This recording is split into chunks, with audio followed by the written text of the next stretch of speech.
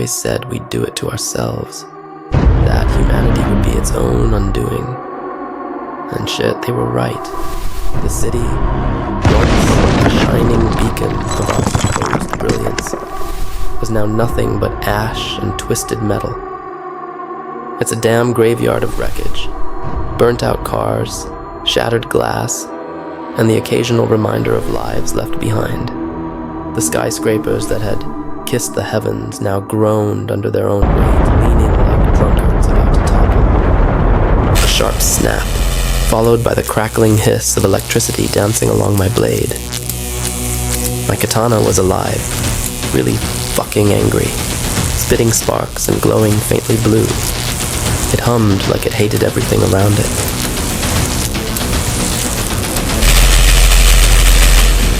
Smoke and ash blurred the horizon, and the sun. It gave up trying to shine a long time ago. If hell had a postcard, it'd be this place. And then, cutting through the quiet like a vengeful ghost, came the sound. Only the hum of dying machines filled the air, a sound like the last breath of a patient who should have been put out of their misery hours ago. Me, I was here to fight, not out of duty or honor, but because the alternative was to sit fucking still and wait for the machines to find me. Damn that, I'd rather die swinging than rot in silence. They used to call me Nexus. Names don't matter much when there's no one left to remember them. But the machines didn't care about names. They didn't care about any damn thing except killing. They were good at it. I'd spent years dodging, cutting, and crawling my way through their twisted, shitty version of existence.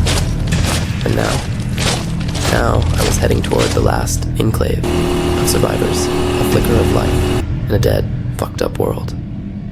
Lucky me. The faint clanking sound of metal on metal reached my ears, growing louder with each passing second. A chill ran down my spine. Not from fear, mind you, but from the realization that I'd have to deal with them again. Cybernetic soldiers, half human, half machine nightmares with glowing red eyes and claws sharp enough to tear through steel. Their jagged limbs looked like someone slapped a damn blender onto a skeleton and called it a fucking day. Ooh, these ones are new. Are they more efficient upgrades? Well, hell. I guess not so much.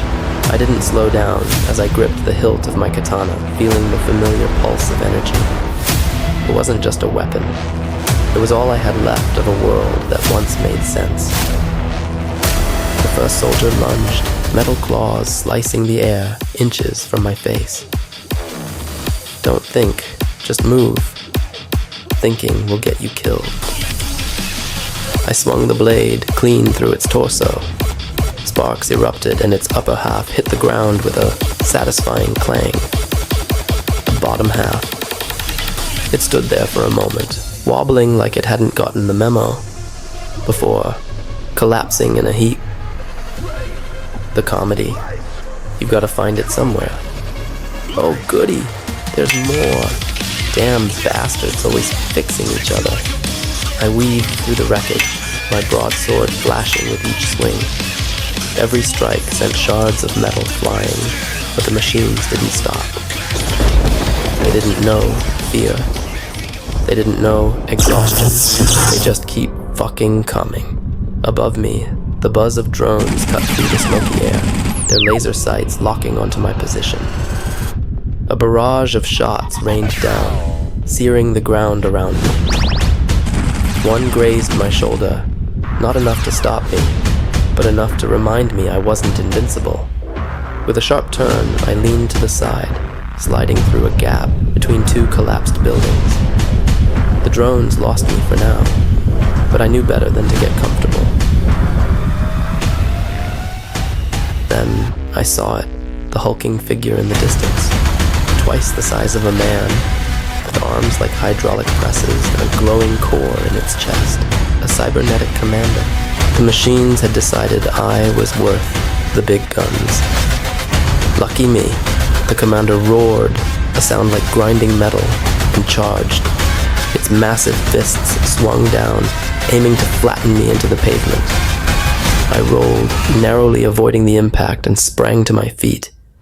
The katana hummed in my hands, eager to bite. I leapt forward, blade slicing through the air, carving deep into the commander's torso. Sparks flew, and the machine staggered, its glowing core flickering like a dying star. But it wasn't enough. It never was. The remaining soldiers circled me, their eyes glowing like tiny red suns. My breath came in ragged gasps, but I tightened my grip on the sword. This was it. If this was where I fell, I'd make damn sure they'd remember me. The fight was chaos.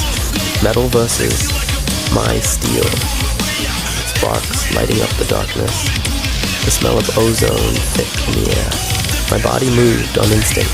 Every swing of the blade, a desperate act of survival. One by one, the machines fell, their parts littering the battlefield like grotesque confetti. When the last soldier crumpled to the ground, I stood amidst the wreckage, my katana dripping with oil and glowing faintly in the dim light. My chest heaved, my body screamed, but I was alive. For now, the bike roared to life as I climbed back on, speeding toward the enclave. When I reached it, the towering walls of wrecked machines loomed above me, a fortress built from the scraps of a broken world. The gate creaked open, and I was greeted by weary faces, survivors who had clung to life through sheer stubbornness. A woman stepped forward, her eyes hollow but hopeful. "You made it," she said, her voice trembling. We thought we were alone." I looked at her, then at the sorry excuse for a camp behind her. "Yeah, well, you're not. Lucky fucking you." I know that was dark, but it's all that's left when everything else is gone to shit. I wasn't here to save the world. That fucking ship had sailed. I'm only here to make sure the bastards who broke the world paid the price. And that, at least, was something I would live or die for.